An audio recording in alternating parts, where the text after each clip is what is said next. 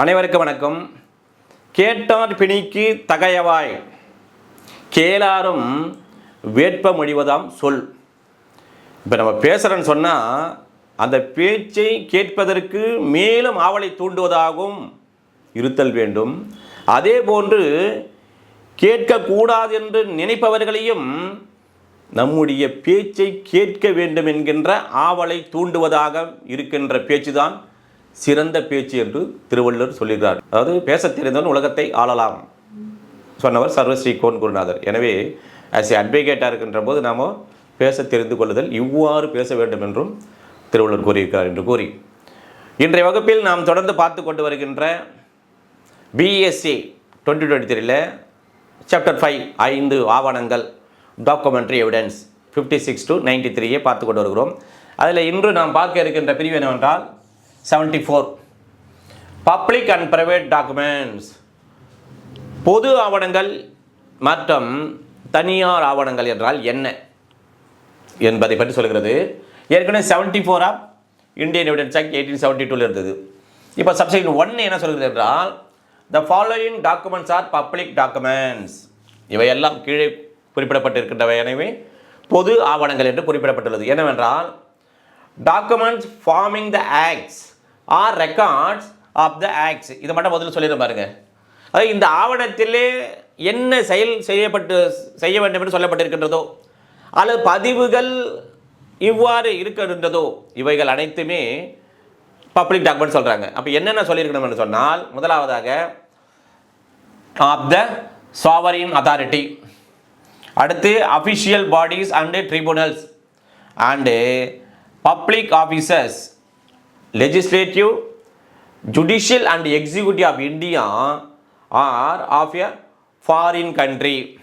இப்போ இதெல்லாம் பாருங்கள். முதல்ல என்ன சொல்கிறாங்க, இப்போ உதாரணத்துக்கு பார்த்தீங்கன்னா சாவரின் உச்சபட்ச அதிகாரம் படைத்திருக்கின்ற, இறையாண்மை கொண்ட அதிகாரம் படைத்திருக்கின்ற அதன்படி செய்யப்பட்டிருக்கின்ற ஒரு செயல்பாடுகள் அல்லது அந்த பதிவுகள் இருக்குல்ல, அந்த பதிவுகள் அனைத்துமே பப்ளிக் டாக்குமெண்ட்ஸ் தான்.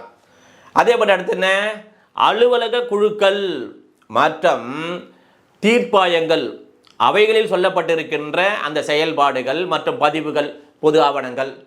அடுத்து பப்ளிக் ஆஃபீஸர்ஸ், பொது அலுவலர்களால் செய்யப்பட்டிருக்கின்ற அந்த செயல்பாடுகள் மற்றும் பதிவுகள். அப்புறம் பார்த்தீங்கன்னா வெளிநாடுகள், அதே போன்று இந்தியாவில் இருக்கின்ற அந்த நிர்வாகத்துறை, எக்ஸிக்யூட்டிவ் நிர்வாகத்துறை மற்றும் நீதித்துறை மற்றும் சட்டமன்றத்தினுடைய சட்டத்துறை இருக்குல்ல, இதர்களால் ஏற்படுத்தப்பட்டு இருக்கின்ற அவர்களுடைய அந்த செயல்பாடுகள் பதிவுகள் இவை அனைத்துமே என்னவென்று அழைக்கப்படும் என்றால் பொது ஆவணம் என்று அழைக்கப்படும். சரி, முடிஞ்சா அடுத்தது இன்னொன்று சொல்ல பி சொல்லியிருப்பாங்க. அடுத்து பி பார்த்தீங்கன்னா public records kept in any state or union territory of private documents. Sir இது எப்படி சார் அப்படின்னா இங்கே சொல்லிட்டா பாரு, அதை பார்த்துட்டு நம்ம இப்போ கெசட் நோட்டிஃபிகேஷனு பப்ளிக் டாக்குமெண்ட், அதே மாதிரி ஜட்ஜ்மெண்ட்ஸு பப்ளிக் டாக்குமெண்ட்டு. இப்போ வந்து உதாரணத்துக்கு பாருங்களேன், இப்போ நம்ம சேல் டீட் பண்ணுறோம், அதே மாதிரி சிட்டா பட்டா அடங்கா அதெல்லாம் இருக்குல்ல, இவையெல்லாம் நம்மக்கிட்ட இருக்குது. இருந்தாலும் ஒரு மாநில அரசாங்கம், இப்போ ரிஜிஸ்டர் ஆஃபீஸ் இருக்குல்ல, பத்திரப்பதிவு அலுவலகம் இருக்குது, நம்மக்கிட்ட ப்ரைவேட்டாக இருந்தாலும் அந்த டாக்குமெண்ட்டாக இருந்தாலும் அது என்ன பண்ண ப்ரைவேட்டாக இந்த மாநிலமும் ரிஜிஸ்டர் ஆஃபீஸ் இருக்குது. அதே போல் யூனியன் டெரிட்டரி, யூனியன் பிரதேசங்களும் அதை ப்ரைவேட் டாக்குமெண்ட்டாக அதை பாதுகாத்து வருகிறதுல அவை கூட பொது ஆவணங்களில் வரும் என்று சொல்வதுதான் பி. சரி, இப்போ சப்செக்ஷன் 2 பாருங்க. ஏற்கனவே 75 ஆஃப் இந்தியன் எவிடன்ஸ் ஆக்ட் 1872 இருந்தது. இப்போ சப்செக்ஷன் 2 கொண்டாண்டாங்க. என்னென்று all other documents except the documents refer to in subsection 1 R private documents. இப்போ பார்த்தல சப்செக்ஷன் 1 ஏபியில் பார்த்தல, இந்த ஆவணங்களை தவிர மற்ற அனைத்துமே தனியார் ஆவணங்களாக நாம் எடுத்துக்கொள்ளுதல் வேண்டும் என்று சொல்லுவதுதான் இந்த பிரிவு. இப்போ இந்த பிரிவுக்கு தொடர்புடைய 2 கேஸஸ் பார்க்க போகிறோம். என்னவென்றால் Sturla versus Freccia 1880 volume 5 A P P Cas page number 623 HL per Lord Blackburn. இந்த வழக்கில் என்ன சொல்லியிருப்பாங்க, இதை பார்த்துக்க. பப்ளிக்னா அந்த ஹோல் வேர்ல்டு கிடையாது, அதில் கன்சர்ன் பர்சன் யாருடைய தொடர்புடைய இருக்கிறாங்களோ, உதாரணத்துக்கு இப்போ சேல் டீடுன்னு சொன்னால் வாங்குறவங்க விற்கிறவங்க அவங்களுடைய என்ட்ரி ரிஜிஸ்டர் ஆஃபீஸில் பதிவாயிருக்குல்ல, அந்த மாதிரி இருக்கின்றவர்கள் தான் பப்ளிக் அதில் வருவார்களே தவிர இந்த உலகம் முழுவதும் இருக்கின்ற பப்ளிக் என்று அர்த்தம் இல்லை என்று இந்த வழக்கில் சொல்லியிருப்பாங்க. சரி, இப்போ அடுத்து ஒரு வழக்கு பாருங்கள். Chennappa versus state 1980 criminal law journal page number 922. இதில் என்ன சொல்லியிருப்பாங்கன்னா, the FIR filed in the court public டாக்குமெண்ட்டாக இல்லையாக்கா?